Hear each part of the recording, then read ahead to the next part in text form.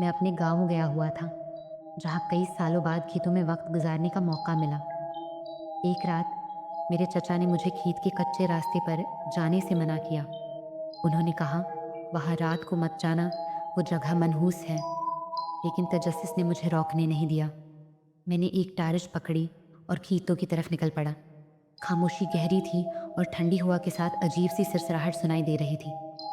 अचानक मैंने देखा कि एक सफ़ेद लिबास में कोई औरत दौड़ एक पीपल के दरख्त के नीचे खड़ी है। मैंने सोचा कि शायद ये कोई देहाती औरत है, लेकिन जब मैं करीब पहुंचा तो देखा कि इसके पैर उल्टे हैं। मेरे रोंगटे खड़े हो गए। जैसे ही मैं वापस पलटने के लिए भागा, वो औरत एक अजीब सी आवाज़ के साथ मेरे पीछे दौड़ने लगी। मैंने पूरी कुव्वत लगाकर भागना शुरू किया और बमुश्किल अपने चचा के घर पहुंचा।